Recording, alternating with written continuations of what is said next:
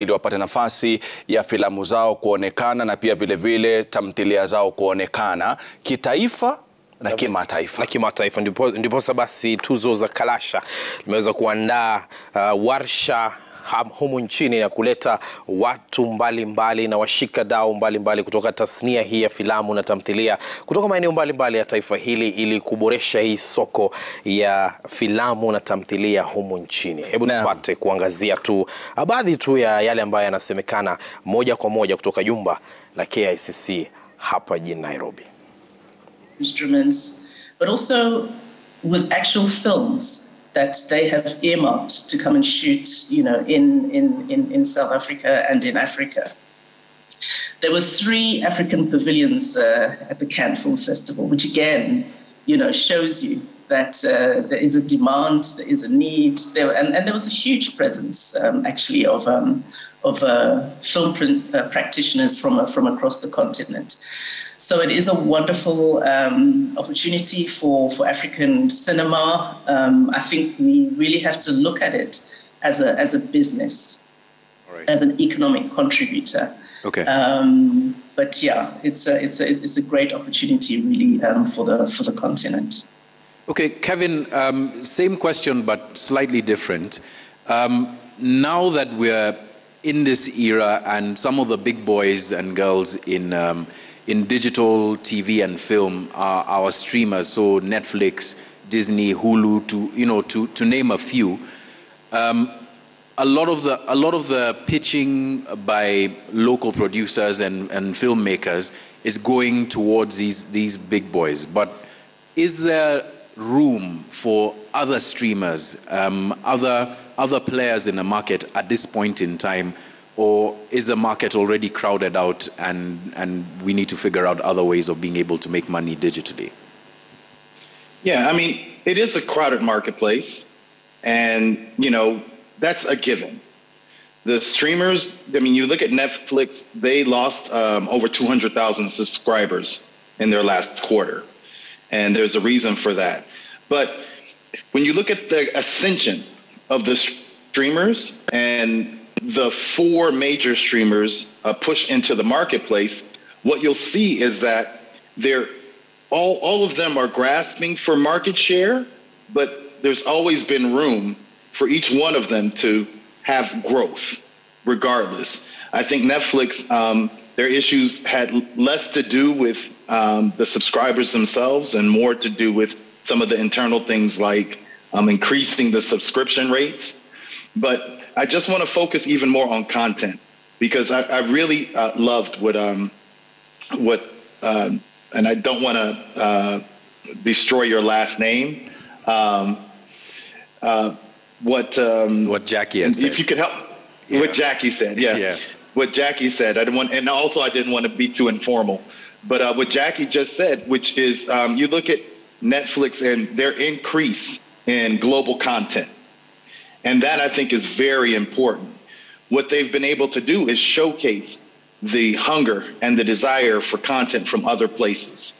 I mean, it stands right now, even with one of their biggest hits, which is Stranger Things. It still hasn't surpassed what has become their biggest hit, which is Squid Game. And that's a South Korean show.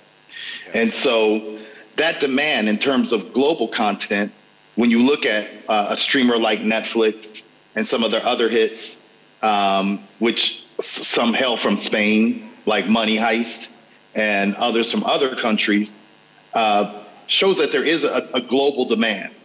And, you know, I can speak, having been in Nairobi myself in December for a couple of weeks, the growth of the industry there in Nairobi. I also lived in South Africa and worked in South Africa in the film and entertainment industry. But the growth of the industries there in Africa, there is a huge demand, and there will be an even growing demand because there's a growing demand for content in general. And there will be, because of the streamers and because of other entities entering into the marketplace. Yeah. And with future leaning platforms like Metaverse, which is becoming, you know, fast, one of the bigger platforms in terms of that outreach for content. All right. Joby, I want to come to you. Similar question. Joby. Yes, we are firmly in the digital era. And as Kevin and as Jackie have explained, there's room for a lot of new, a lot of new players.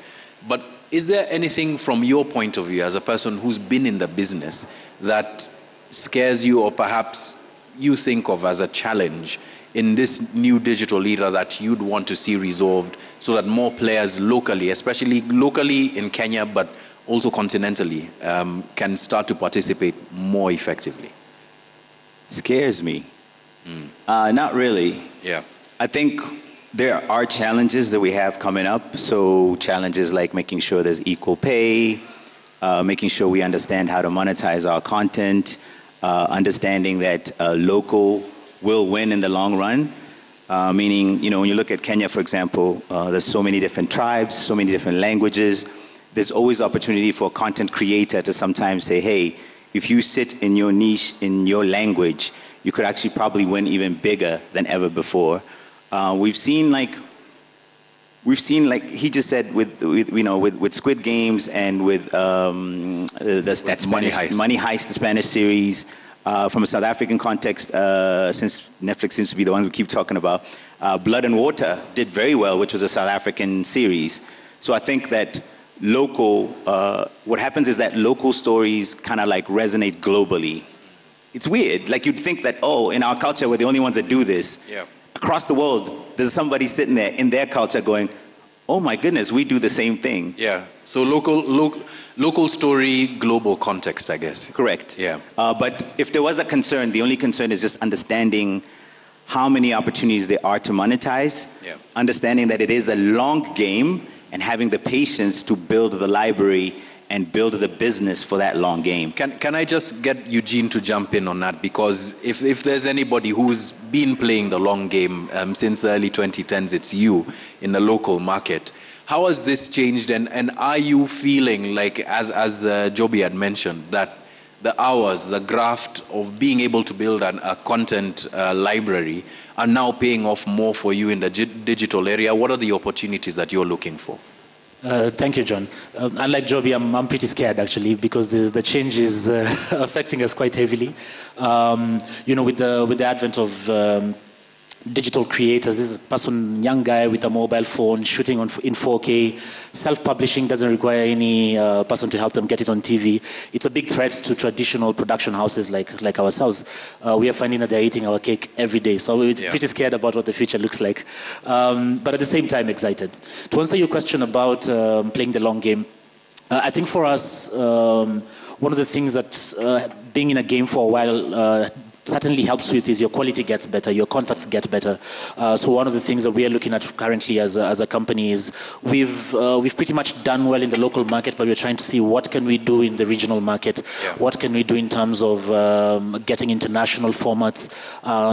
So it's an interesting time. We're also trying to see how can we then make money not in the usual way where you create content and license it to someone, but go the extra mile and create merchandising.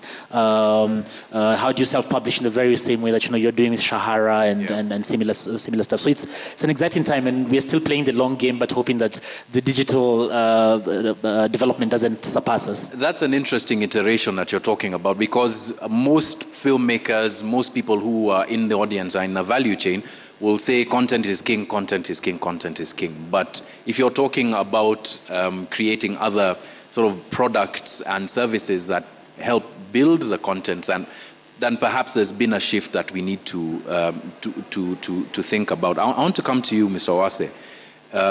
From a regulatory and sort of like a framework point of view, we've heard as Jackie talk about opportunities, as well as Joby and Kevin.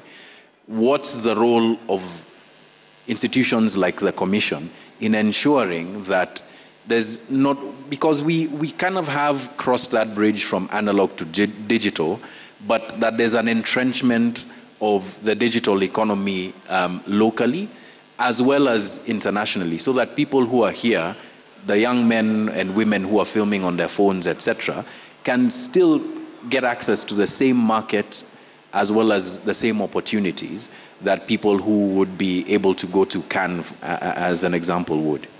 Thank you very much. First of all, we start off by appreciating the role film business does in the industry. When you look at the African continent, most governments today are critically looking at how they can actually make the screen sector environment viable for practitioners to trade. And to advance this, for example, in Kenya, the Kenyan government established Kenya Film Commission and other agencies so that we are able to strengthen the business of trade, promote filmmaking and interlinkages between Kenya and other countries.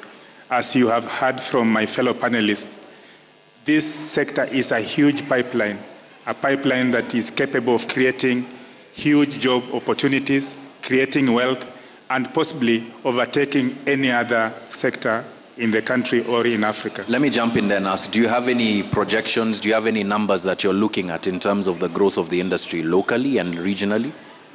So far, as I said, the role of government in this particular sector is to draw a legal framework and also support initiatives that are geared towards growing the sector. When you think about Kenya in particular, I know the demand for local content is growing every day based on the quota system that was introduced based on the KICC Act of 2013.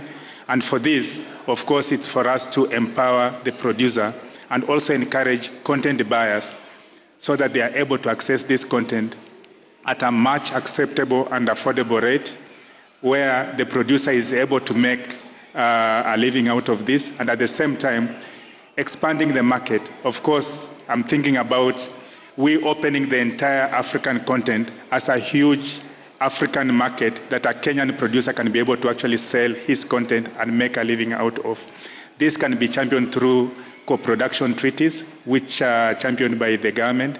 Other than that, encouraging schools so that we have skilled manpower. Remember, today you can be able to become a one-man production house, and you're able to produce content that you can be able to sell to the globe. We would like this to be advanced, but at the same time, also champion cooperation between different producers. And of course, when we talk about numbers, mainstreaming the screen sector is at the top of our mind at Kenya Film Commission. And that's why this financial year, the Commission has actually engaged the Kenya National Bureau of Statistics so that we can be able to have film statistics captured every quarter and announced to the public on a regular basis. This will be able to give us room to provide an avenue for key decision makers to actually make decisions which will be able to help advance the growth of the sector. Okay. And remember, think about agriculture in Kenya. Today, the weather is unpredictable. It's unlike before when we thought about, I would like to be ready to have my farm ready for farming maize in March or in April. But when you compare that to the sector we operate in, you actually don't need to think about when will the rain come. You can be able to plan your script today and plan about how you will apply technology to produce your content without worrying. And this is a sector that is actually attracting more young people. That's why we have to really focus, and governments have to ensure that the environment is so friendly in terms of production and so on. Okay. Eugene, I want to come back to you and for us to dig into the point that you made about the different channels and means through which people can start to distribute their content. And preface the question this way. So, Alphabet, Google, YouTube, all of those sitting under one company, right? Not only do they have the platforms that can distribute this content globally, but they have Google AdSense as an example, where they can monetize that content right from your phone. What does that do for other, players in the market in terms of A, making the decision about where to put their content, and B, how to distribute it and make money sustainably? I think using the example of Google particularly and YouTube, there's been an interesting shift from before and now. So there's a few ways of looking at it. So the first way is you create great content and you put it out there for free. Now, for the vlogger, the one-man army we are talking about, it's pretty easy because then their cost of production is quite low, and they're able to put content that goes viral, and possibly make their money back purely from the ads on YouTube. I think the second way of looking at it is to just look at it as an output platform, and then understand that if you do generate enough views, you can then monetize in other ways, not necessarily from AdSense. And again, going back to the example of vloggers, I think there's a way, if you have a page that has great numbers, you're then able to attract product placement or advertising yourself outside of AdSense. I think then Google cancels your AdSense revenue, but you still make your money otherwise. Now, in terms of that, there's still a need for, again, the more traditional production houses like ourselves, because then the AdSense doesn't make sense very much. And here you have, again, I'll use the example of Shahara, and I think Philips Productions also have their own platform where they do put, what I like to call more specialized content that's been produced by a team, so you have better quality sound, you have better storytelling. For that, I find that then the Google platforms don't work very well, and here you have to rely on almost like pay-per-view, which is what Shahara and the Philips Production platforms are doing. And I find that to be a very, very interesting avenue, and I'm really observing to see how that goes with the other productions with the view of doing the same. Okay, Jackie, I want to bring you in on this, and I'll come to you, Mr. Owase, for the same question about distribution and platforms. We started this discussion with a question about Netflix and some of the big four streamers and the capacity that they have to be able to distribute at scale. So, Jackie, my question to you is this. As a film commission in South Africa, how do you balance between the encouragement of these platforms to deepen their participation in South Africa and on the continent, with the knowledge that a lot of what could wind up is a concentration of content, as well as the wealth that's generated from content around these very same platforms, as opposed to a spreading of the wealth and the revenues that can be made? Yes, no, thank you. And I'm glad that the discussion is really looking at the monetization of the content that's produced, because I think sometimes we tend not to talk about that enough. We tend not to really talk about the importance of holding on to your IP so that you are able to actually monetize the content across a range of platforms. From our side, as a film commission, we do have a film fund. We support projects, we support filmmakers, and we obviously encourage them to hold on to the IP, because we don't hold on to any IP. We encourage them to hold on to the IP and really explore the different platforms that are available, for them to put their content out. Whether it's theatrical, and obviously that was more of a discussion pre-COVID, or now with all the range of platforms that really are available. So we have quite a bit of content that is on Netflix that has been licensed. Fortunately, our producers have been able to get their content on there. I think also a new player really that has announced that they are going to be coming into the continent is Amazon. They made a big announcement during AFRIF, and they have also been to South Africa and engaged industry here. So that is really another opportunity for filmmakers to monetize their content on the streamers.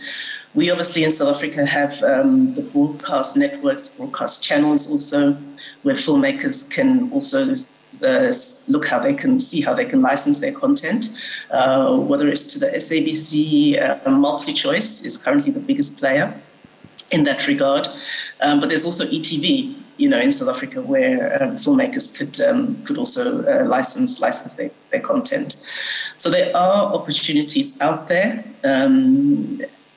In South Africa, I think the discussion is really about being more knowledgeable, being more savvy about what is available, understanding the importance of your IP, and really the fact that there is a market out there, the believability, because sometimes there's a belief that, look, if I don't sell, to the first person that makes me an offer, I probably won't get another offer. So really engaging the expertise that is out there, in the form of distributors that could advise on the content, and I think we do have quite a number of distributors on the continent, where this type of advice could be sought. Okay. So there definitely is that potential, to monetize the content on a range of platforms. Okay, Mr. Wasa, same question. Thank you. First, allow me to state that when we talk about international content buyers or VODs like Netflix, Amazon, Hulu, among others, it's in our best interest as Kenya Film Commission that we create an avenue for these giants to actually operate in our country.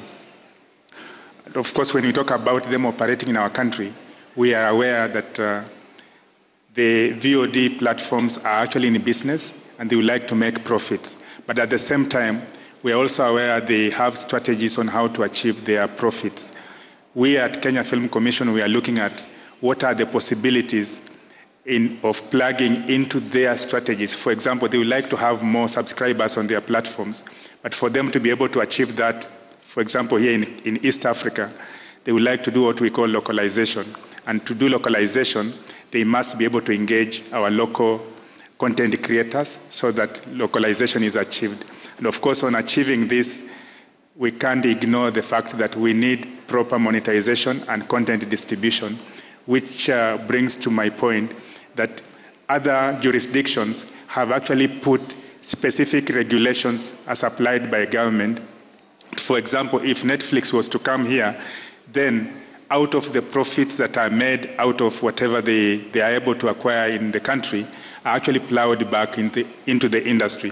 But that's a discussion that can be advanced because we are not yet there. Okay, ancillary to that question is a very practical concern that members of the public would have when consuming, because they're the end consumers, and that's data costs, right? So in as much as we'd want for the digital economy to work for us, that's a huge question. You had mentioned that there's a cable that's recently landed here, but what are the conversations that you're having with the telcos themselves to ensure the telcos as well as government in terms of regulations and the kinds of taxes that are applied to data so that members of the public can consume content at reasonable cost and perhaps even dedicate that extra shilling or kwacha or wherever they're paying, whatever currency they're paying in, to the content creators, to the building of that industry? I really appreciate that point because it is true, all VODs and all of us would like to consume content in a big way. And as we know, today our telcos are the biggest pipeline for content distribution, and that's why each smartphone has the capability of you being able to access the content. So the government, I can confirm the Ministry of ICT is working towards being able to reduce costs, which will translate into telcos being able to reduce data costs. And when that happens, we'll be growing the number of audiences that can be able to access these services. And when that happens, of course, it translates into producers being able to produce more content because the market is there. Okay. We've spoken about the sunny side of content creation in the digital era. And Joby, I want to come to you for a bit of a reality check, right? So we are 2 years into what has been perhaps the biggest global shift in many ways caused by the COVID-19 pandemic. We're still not out of the fog. Walk us through what that was like for people who are in the film and TV business. And whether there were any silver linings for people in this industry and what you can look forward to. And I'll come to you, Kevin, for the same question, perhaps looking at it from a more global perspective. But Joby. Yeah. So I've usually been a more glass half full type guy, but I must say COVID really shifted some of that. And it challenged not only myself, but a lot of my colleagues in ways that we'd never thought possible. I mean, to think that an entire industry will be shut down for 3+ months. To think that incomes that are already, the cash flow of being in production but by its default nature is always very up and down. It's kind of like a very interesting mountain graph. You know, it goes up, comes down, goes back up again, comes down, down, down, down, goes back up. And it's not always necessarily a steady cash flow. So the first 3 months, I'll just speak about myself as a business owner. That first 3 months was hell. I wish to never, ever go through it again. Came out of it stronger, great. But, you know, when you're losing colleagues, when people are losing their businesses, closing their businesses, when people lost their jobs, when friends and family members are also dying, when you're seeing so many RIPs, not only in your timeline, in your WhatsApps, etc., that just was a horrible time. And, you know, I had to shut down one of my businesses, lay off employees, close systems down, reshift, rethink, sit there and go, okay, what are we going to do? And that's just the nature of how my business was positioned at the time. Now, the upside, and this is something Eugene probably is more on, and actually after I have spoken to him for just a few minutes, I realized, it's interesting how he saw it. You know, he saw it more as like a repositioning. And so for him and his team, that challenge was like, how do we reposition? And in reflecting back, I realized, yeah, we also did the same, but I just didn't think of it that way. Yeah. But there was a way to just rethink. So one of the things we started doing was we realized we could remote work for clients anywhere in the world. And we started ghost producing projects remotely without leaving our houses. We started using library footage, figuring out how to do everything as virtual as possible from home. And one of the first biggest jobs I did was a commercial for the Rockefeller Foundation from my house, where I even did the voiceover on my phone under blankets on the couch in my living room. Yeah. And I did the voiceover. And this was a client in New York. Yeah. My editor was in another country. My producer was across town. And none of us could meet other than on Google. Mm-hmm. And we had to turn on a project in about 72 hours. And we did it. And that first one made us go, oh, hold on. Okay, maybe we can do it differently. Yeah. And every other job from there became about how do we work differently. Mm-hmm. You know, so I tend to now pick more leaner jobs, as Eugene had said to me, and then I was like, damn, I'm kind of doing it. I didn't realize I was doing it. But I picked different types of gigs that I now deliver for clients, you know. Mm-hmm. So I'm more of a docu-series, I'm more of a podcast, I'm more of a very lean team, more strategic thinking, higher profit margin. Yeah. That became my push. Okay. Kevin, how about you? What were your perspectives coming out of the COVID-19 period and pandemic? I know we're not completely out of this globally, but how did that shift your thinking, and what trends did you see that we can start to think about? Kevin, you're on mute. Right. Yeah. So in terms of physical production, I mean, a lot of the effects are still lingering now, and these are kind of global effects. So physical production is still about 20% more than it was because there's COVID protocols that are in place. So you need to have a COVID specialist on set. You need to still adhere to certain COVID protocols. Right during the storm of the pandemic, those costs were about 30% more. So you had to find different ways to become more economic in other areas. And so that did force my company and other companies to become more efficient. So that's kind of one barrier, and that if those efficiencies stay in place today. But when the shutdown officially happened, you really had to look for areas that perhaps, you were already working in that you could expand. For us, it was animation. And so we were already working in the area of animation, and we looked to expand that area even more. And when you talk about animation, that really does open it up for international collaboration.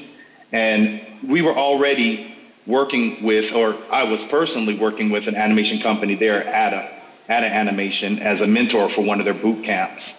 And so what I was able to do was to bring a couple of their mentees onto some of my company's projects, and they did very well. And that shows how this kind of international bridge can happen, but also ways to democratize production.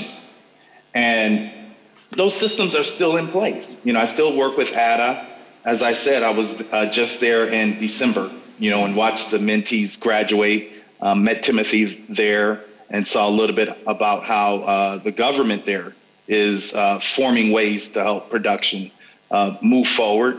And so these types of situations can, create walls.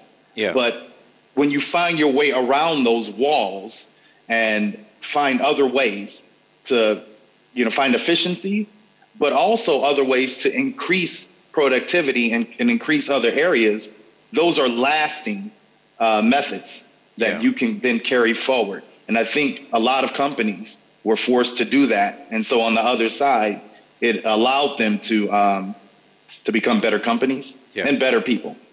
Okay, Joby, you have something to add?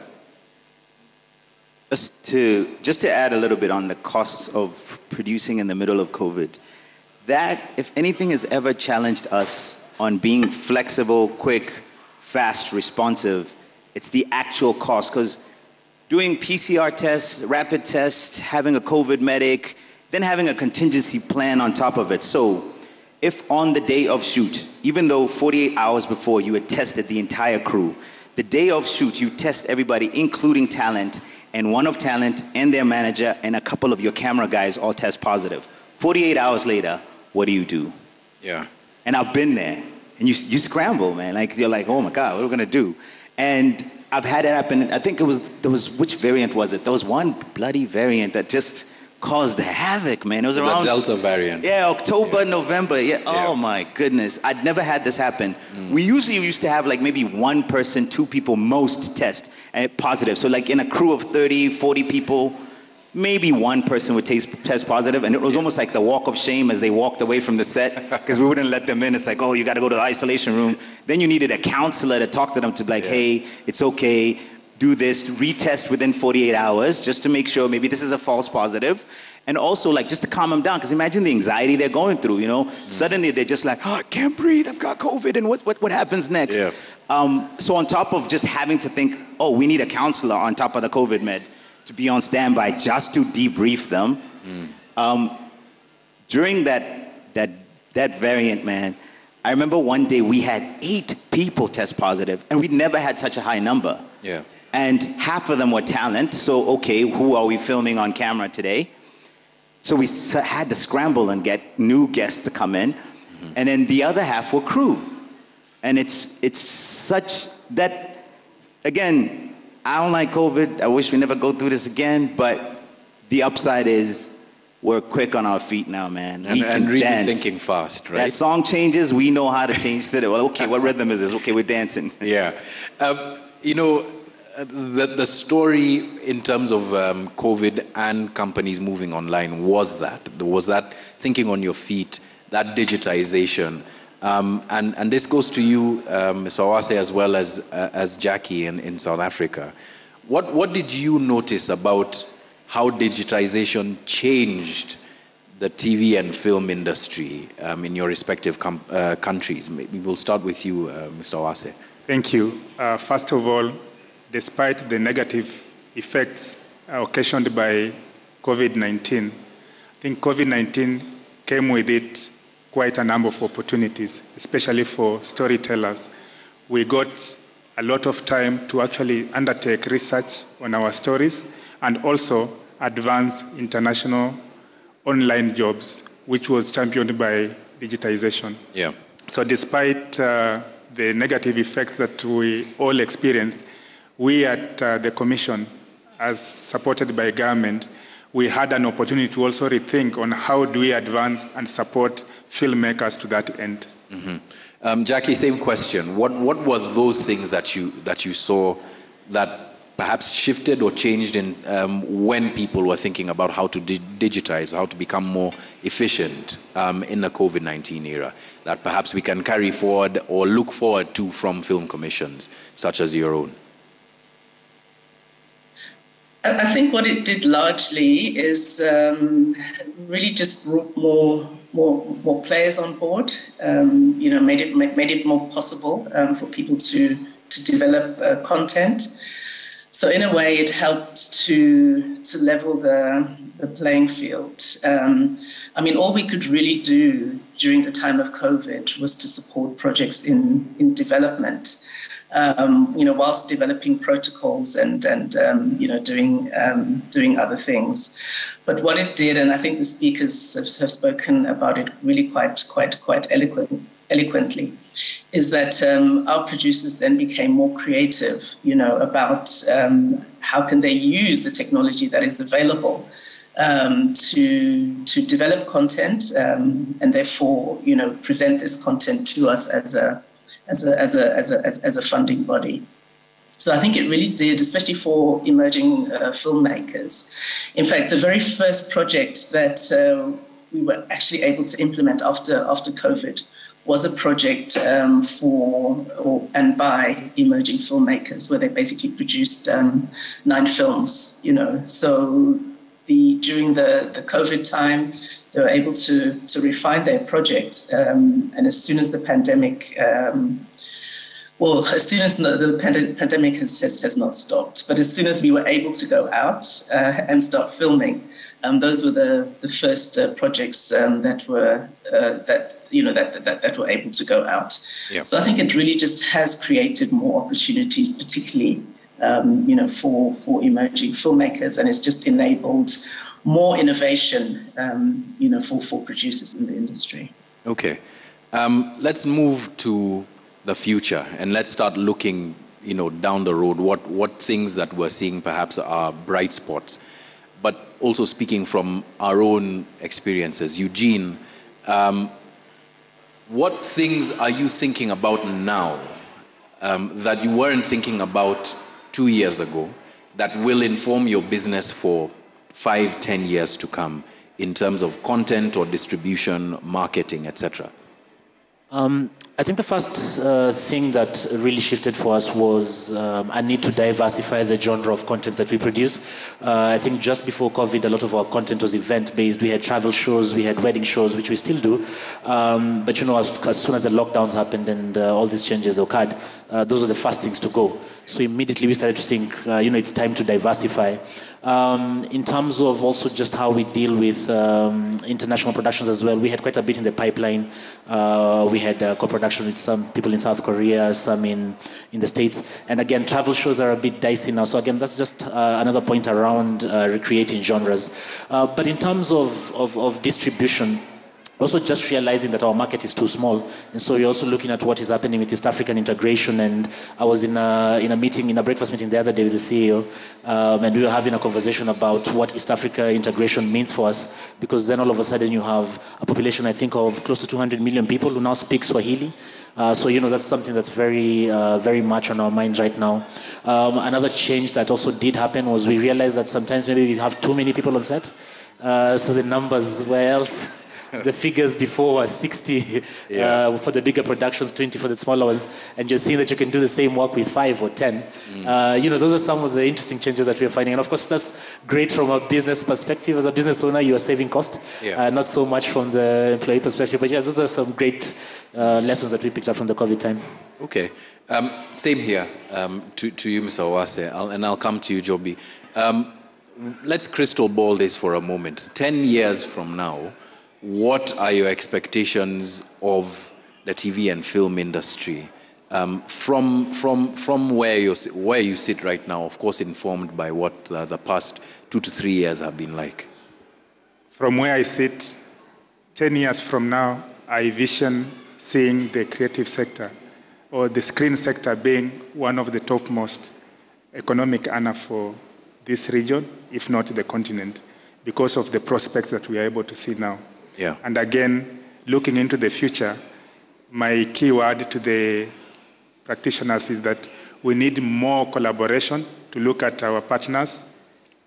For example, collaboration between Kenya and South African countries, East African community, as Eugene has said, we need to integrate more and cement co-production treaties. This will enlarge our market and also give us room to create more content that will have a market for sustainability. So you're doing location, you're launching your location mapping today, this evening. And I just wonder, in the same vein of having, co-production agreements with other film commissions in the region, etc., is there a plan to start selling East Africa as one major location, or are we thinking about Kenya first, just so that we can benefit from those same economies of scale? Thank you. It is actually futuristic that I sell East Africa. It's easier that way, because when I think about the 400 million Swahili speakers, assuming I'm a producer today here in Kenya, and my target is only the East African Swahili speakers, I already know exactly what I need to do so that I'm able to deliver to them. Again, going beyond East Africa, I have to look at Africa as a market. And that's where now the issue of governments coming up with the co-production treaties come in, because we have to facilitate the filming environment to enable those co-productions. Today, as we speak, I know we have South African producers in our midst here in the Kalasha market, and the intention is not for just them to come and enjoy the show and go back. The opportunities are that they can be able to collaborate with their fellow producers here in Kenya and come up with critical stories. And when they do this, opportunities that lie in there encompass funding, where the South African money will combine with the Kenyan money to tell this story. So there is huge opportunity in this. I like that force multiplier thinking in terms of collaboration and what it can do to be able to stretch shillings across the continent. Joby, you had mentioned that you're doing different kinds of content now, or focusing, you and Kevin as well, started focusing on things that perhaps you hadn't thought about that could make you money and try and sustain your business. But I want to ask a slightly off-center question about the content that you consume yourself. Are there any new content categories that you're thinking about, like while you're watching and you're like, wow, this is going to be big, and we need to start thinking about this? Okay, so what I consume is completely just not even what I create. Yeah. And it's that thing of a baker doesn't sit there and smell the cakes and the donuts that he makes. You start to look around and like, what do other people cook? So I tend to watch more travel shows, oddly enough. I'm a big travel show guy. And then I'm obsessed on YouTube with the fact that very random shows that show street food culture have such high views. Like there'll be a random video with a guy scrambling eggs in the middle of Mumbai, and it has 100 million views. And I'm sitting at home going, what am I doing wrong, God? Because I'm like, this is one camera, the sound is whatever. It's just a guy frying eggs in the middle of the street. Granted, he's frying like about 100 eggs in a few minutes, but still, as I sit there, I realize, man, this landscape has shifted. But at the same time, you land on TikTok and you realize, oh, wow. So this dancing channel, they're just dancing, one camera. Okay, 40 million views, huh? And your mind just starts sifting, and you do realize, like, what Eugene was saying is like, man, it scares him because some kid out there is just killing him. I love the fact that there's all these kids, these students here.